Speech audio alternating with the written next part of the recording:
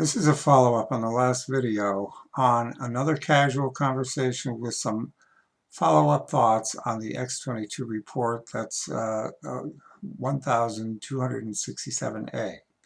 Somehow in the 1930s Depression, things like making preparations and arming up was not part of the foresight preface to the 1929 stock market crash and the depression that followed thereafter. It was a time, however, when Americans were still a far more united being than they are today. Where today people are being advised to, in best words, learn to fend for themselves by all the blogs and videos out there. If only you buy this product or that product, you'll be fine. Like an economic depression makes for a good sales tool.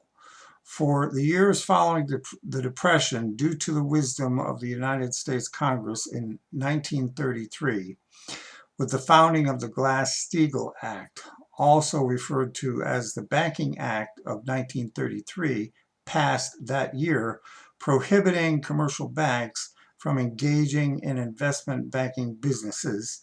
It was enacted as an emergency response to the failure of nearly 5,000 banks during the Great Depression. From 1933 to 1999, when, in 1999, Democrats led by President Bill Clinton and Republicans led by Senator Phil Gramm joined forces to repeal the Glass-Steagall Act at the behest of the big banks. It was this repeal of the Glass-Steagall Act that enabled the banking failures and market panics in 2008 that we are still languishing under today, ever increasingly so. As you see, the Glass-Steagall Act worked as it was intended to and throughout the years of 1933 to 1999. And it was said by President Trump during his campaign that he was going to reinstate Glass-Steagall. But since Trump has been in office now for more than 100 days, I have not even once heard him mention it. However, there is one Congresswoman, Tulsi Gabbard, that fully intends to bring Glass-Steagall or something like it back to the floors of Congress for implementation. But more than that, we as Americans need to have that security reinstated in our banking institutions with proper oversight, as not to fall victim again by the robber barons on Wall Street.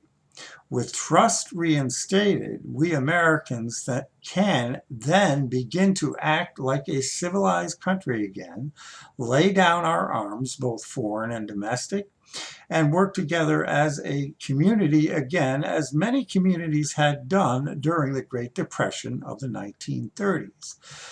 We have too much to do in this country than worrying about being the policemen of the world.